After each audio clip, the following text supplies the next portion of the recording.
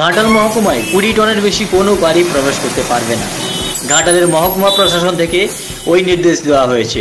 Kethia bridge, Chandrakona Ghatal রোডে যেটা কুকুরদা bridge, গৌড়া bridge এবং ঘাটাল বিদ্যাসাগর ব্রিজে 20 টনের বেশি কোনো মালবাহী গাড়ি যাতায়াত নিষিদ্ধ করা হয়েছে। 12 এপ্রিল সকাল থেকেই এই নির্দেশিকা লাগু হচ্ছে। আগামীকাল থেকেই আমাদের এই প্রোগ্রামটা শুরু হচ্ছে।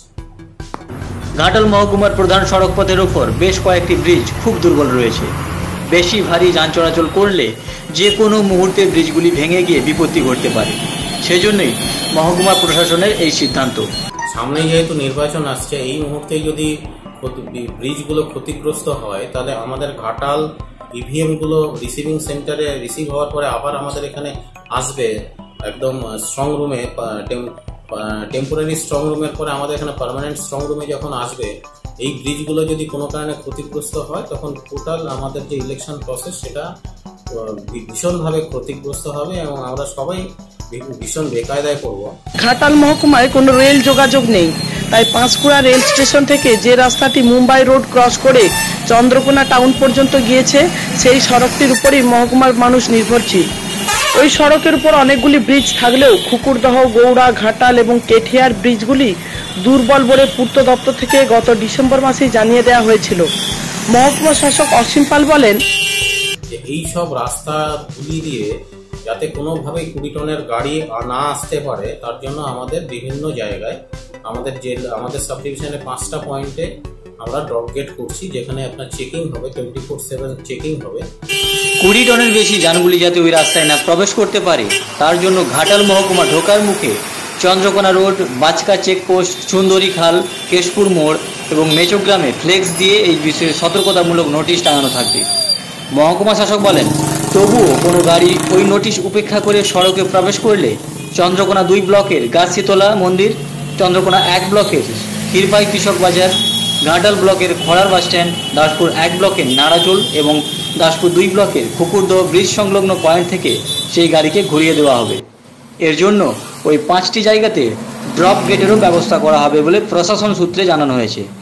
বিল্ডার্সের সাথে যুক্ত যেসব গাড়িগুলো পাথর আনে, বালি আনে বা অন্যান্য সামগ্রী আনে যেগুলো খুবই ভারী, তারা এই রাস্তাগুলো ঘাটাল পাঁশকুড়া মানে মেচোগ্রাম পাঁশকুড়া এবং আরামবাগ থেকে যেটা আসে হাজিপুর, রামজীবনপুর হয়ে ক্ষীরপাই বা হাজিপুর এর যে রাস্তাটা আসে আপনার ঘাটাল হয়ে, ঘাটালের আমাদের বর্দা চৌকানের এই রাস্তাটা তারা অ্যাভয়েড করবে এবং আমাদের সর্বতোভাবে তারা সাহায্য করবে। এই আবেদন আমরা আমাদের সাব ডিভিশনের প্রশাসনের পুরো টিম থেকে, আমাদের পুলিশ প্রশাসন, সিভিল প্রশাসনের তরফ থেকে সাধারণ মানুষ, ট্রাক ওনার্স বা অন্যান্য যারা এইসব কাজের সাথে যুক্ত তাদের কাছে আমরা আবেদন রাখছি।